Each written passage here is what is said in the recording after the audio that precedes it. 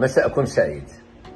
هاد جوج الناس اللي تنوريكم في التصاور، هاد جوج الحتانيين هما بجوج ولاد العريش، مدينه من اجمل المدن المغربيه اللي كتسمى بليكسوس. هاد الجوج انا هي اسبانيه بنت العريش، وهي العمده ديال فونخيرولا. راه مدينتها رائعه. السي الصبيحي ولد العريش وعمده العريش، شوفوا اش واقع ليه في هذيك المدينه اللي خدام ما مهليش فيها. تابعوا معايا هادشي اللي وقع ليهم مع الصحافه اللي كتكلم عليهم.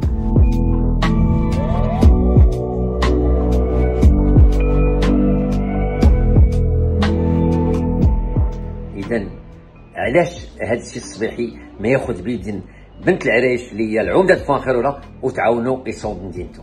هذه فكره اللي خصنا علاش لا ما نطبقوهاش في جميع المدن المغربيه. شوفوا معايا.